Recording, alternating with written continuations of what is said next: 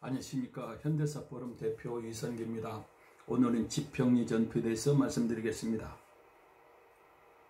지평리는 양평에서 횡성 가는 중간 우측에 있는 지형을 지평리라고 부릅니다. 51년 2월 3일 미 2사단 23년대는 양평역 지평리에서 반격을 하기 위하여 적정을 수집하고 있었습니다. 여기 2사단은 덕천에서 중공군한테 한 4,000명이 전멸한 사단입니다. 지금 현재 한국에 있는 사단이죠. 미 23년대는 전선에 앞서 있어 중공군이 포위하기 쉬웠습니다. 그러니까 이렇게 지평리, 그러니까 미 23년대가 미군보다도 국군보다도 앞서 있었어요. 앞서 있으면 위험한 것이 뒤를 딱 차단시켜버리면 포위가 되죠. 그러니까 23년대를 리제이가 미군을 미끼로 딱 그냥 앞세웠어요. 그래서 중공군이 공격하면은 중공군이 움직이는 것을 보려고 국군 8사단하고 미 23년대를 미끼로 앞에 내세운 거죠. 팽독회가 이것도 모르고 덥석 물었죠. 그래가지고 팽독회 작전을 리제이가 아는 거죠. 그러니까 리제이가 팽독회보다 훨씬 머리가 좋다는 것을 알 수가 있어요. 머리가 좋은 사람이 사단장을 하고 군단장을 하고 참모총장을 해 전쟁에서 이기지, 저런 신성모, 저런 이기문 같은 사람들, 저런 최병덕 같은 사람들이 지휘관돼 갖고는 백전백패를 해버려. 그러니까 유행군 사령관도 워커 가더니 리지역 했으면 벌써 이겨버렸죠. 메가다가 초전에는 잘했지만은 인천 상륙작전도 인민군 18사단이 외관으로 내려갔기 때문에 메가다가 쉽게 상륙을 했지, 만약에 김일성이가 바보 같은 사람이 아니고 정상적인 사람 같으면은 18사단은 그냥 놔두죠. 그러면은 메가다가 상륙을 못해서 바보가 되어버렸죠. 그러니까 김일성이가 바보 노로 도는 바람에 메가다가 유명한 거지, 메가다가 유명해서 이렇게 인천 상륙작전을 성공한 것이 아니죠. 인천에 400명밖에 없는데 7만 명 가지고 그걸 못 이기면은 그 대고스 안 되지. 그러니까 리제이가 참 팽덕회보다도 머리가 좋은 것이 중공군이 어디가 숨었는지 알 수가 없어요. 그래서 국군 8사단을 딱 앞에 세우니까 딱 물어버렸죠. 물어서 움직이니까 팽덕회 움직이면 다 알고, 미 23년대를 제일 앞에다 딱 세웠죠. 그러니까 팽덕회가 웬 떡이냐고 딱 먹으려다가 지금 걸려버린 거예요. 51년 2월 3일 미 2사단 23년대는 양평역 지평리에서 반격하기 위하여 적정을 수집하고 있었는데, 미 23년대는 전선에서 앞서 있어서 중공군의 먹잇감이 된 거죠. 중공군은 2월 9일 등화가 직접 지평리 북쪽 민가에 사령부를 두고 취하여 29군 소속 115사단, 116사단, 117사단의 3만여 명이 미 23년대를 전멸시키려 리제 장군의 반격을 저지하였습니다.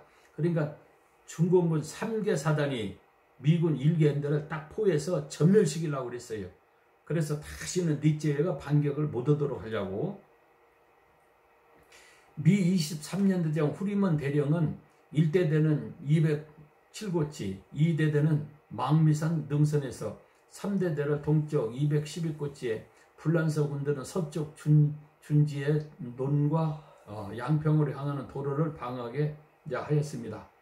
그리고 150mm 곡사포 6문, 105mm 18문, 곡사포 1개 중대 전차 21대, 박격포 51문 무기를 잘 배치하고 탄약이 부족하지 않게 준비한 후 호를 깊이 파서 야간 공격에도 끄떡하지 않게 막 진지를 잘 구축을 했어요. 51년도 2월 10일 깊은 밤을 이용하여 중공군 29군 소속 115사단, 116사단, 174 3개사단 3만여 명이 미 23년대를 이제 공격을 했어요. 미 23년대는 모든 중화기를 동원하고 전망탄을 쏘아 올려 천지를 대낮같이 박히고 쉴 새 없이 이제 중공군을 공격하는 것을 반격을 했죠. 중공군은 박격포를 미군에게 퍼붓고 보병들은 수류탄을 들고 개미떼같이 기어올라 미군을 공격하였습니다. 미군과 중공군은 밤새도록 육박전이 벌어지고, 그리고 이제 싸움이 벌어졌죠. 미 포병대는 1문당 250발씩 포탄을 발사했고 중공군은 박격포를 300발 이상 쏘아댔습니다. 이 박격포 포격으로 후리먼 연대장이 가벼운 부상을 당했습니다. 2월 13일 해가 떠오르자 미 2군 폭격기가 나타나 중공군은 머리 위에 폭탄을 뿌리자 중공군은 두더지같이 개인 후에 숨어버려 흔적도 없이 사라져버렸습니다. 그날 밤 해가 지고 밤이 깊어지자 중공군은 피료와 나팔을 구슬프게 분 다음 진과 꽹과리를 혼란스럽게 쳐대어 미군 병사들의 혼을 빼놓고 보병 자살 특공대는 수류탄을 들고 만세 공격을 하죠. 만세는 자살 특공대, 쉽게 말하자면은 만세 부르면서 수류탄을 던지고 죽는 거예요. 미 2대대 지중대를 이제 집중 공격하여 2월 14일 새벽 2시 백병전 끝에 지중대 150명은 한 사람도 살아남지 못하고 전멸되어 구멍이 딱 뚫렸습니다. 그러면 중공군 그리 와 들어가 버리면 이제 진짜가 무너지는 거죠. 지중대 전멸로 방어선에서 구멍이 나자 후리먼 연대장 즉시 2개 소대를 증파하여 구멍을 막게 하였습니다. 동쪽에서 해가 떠오르자 중공군은 미군 비행기 때문에 더 이상 쌈을 못하고 물러났습니다. 가까스로 막은 거죠. 니체 장군은 장원 미 5기갑 연대에 즉시 미 23년도를 지원하라고 명령하여 5연대장 크롬베처 대령이 23대 전차에 전차병 160병을 태워 이렇게 전차를 보호하죠. 전차를 타고 하면서 중공군을 공격하면 쏘도록 지평역으로 향하다가 오후 5시경 곡수리라는 데가 있어요. 곡수리 고개에 중공군 매복병을 만나 벌드 같은 공격을 받고 전차 일대가 파괴되고 장병 145명이 이렇게 전차를 지켜는 보병들이 죽었습니다. 결사적으로 싸워서 전차가 고개를 정상에 탁 올랐습니다. 곡수리 고개에 오른 23년대 전차와 5연대 전차가 망미산에 숨어있는 중공군에게 포격을 가하고 국군 6사단과 영국군 27여단이 지평에 모여들자 중공군은 2월 10일 오후 5시 30분 미 23년대 공격을 포기하고 흔적도 없이 이제 도망쳐 버렸어요. 2월 15일 밤은 고요히 조용했습니다.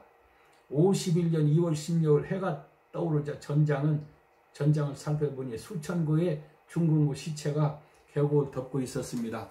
미 23년대장 지중대원 150명이 전사하고 후리먼 연대장의 부상을 당하였어도 2월 13일에서 15일까지 3일 동안 중공군 3개 사단의 공격을 잘 방어했습니다.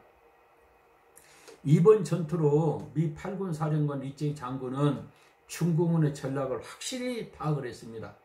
첫째, 내선 위치 병법인 화력에서 약하고 전차가 없는 국군을 먼저 공격하여 구명을 낸 다음 덕천에서 미군 후방에서 포병을 공격하여 화력을 잠재운 후 후방에서 포위하는 척 요란하게 공포 분위기로 조성한 후 접근전과 야간전과 눈사태 작전, 바람우리 작전을 하여 미군의 혼을 뺀 작전. 이게 이제 모태통의 유무기 작전인데 이 작전에 대해서 이제 리제이 장군이 이제 알게 된 거예요.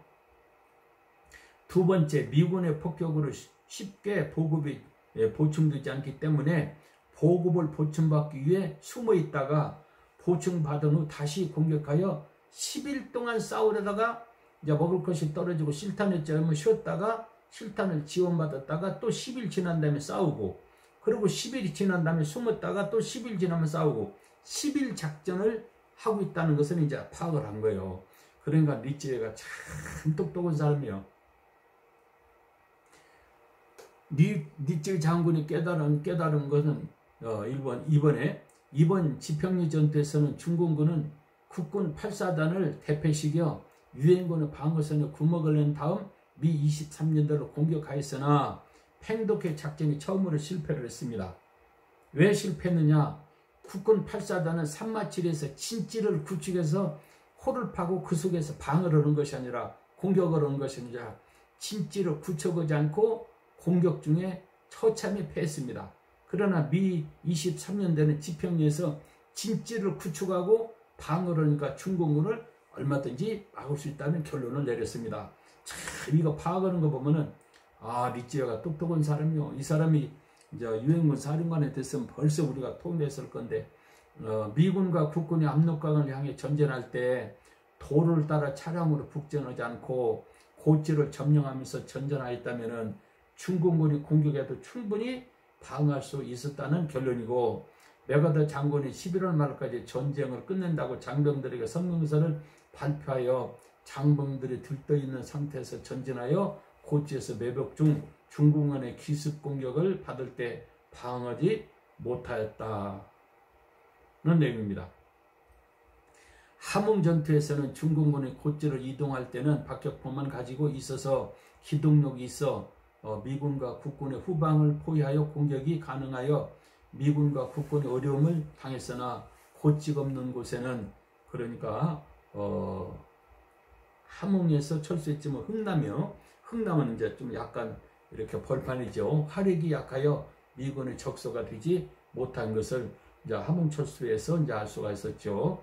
니제 장군은 10일 동안 싸우는 척 하면서 진지를 잘 구축하고 방어하고 있다가 중공군의 보급이 떨어지게 한 다음 9일째부터 반격하면은 쉽게 중공군을 섬멸할 수 있다는 확신을 가졌습니다.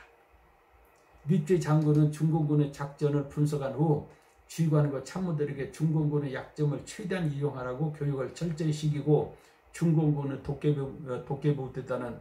작전, 도깨비 부대라는 공포증을 불식시켰습니다. 팽독현은 수원, 평택, 천안, 대전은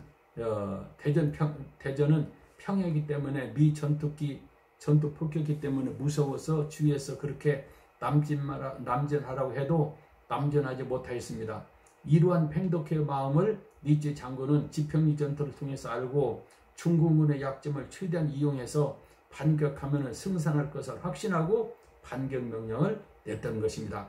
이렇게 완전히 분석해서 반격 명령을 내려야지, 메가더 같이 전혀 분석을 않고 야 성탄까지는 끝난다, 갔다 오기만 하면 된다, 가자, 이렇게 해갖고 장군이 그 23만을 그냥 곧장으로 집어넣어서 그냥 전멸시키려고 그러면 안 되는 거죠. 완전히 분석하고 그러고 이제 북진을 해야죠. 오늘은 여기까지 하고 마치겠습니다. 대단히 감사합니다.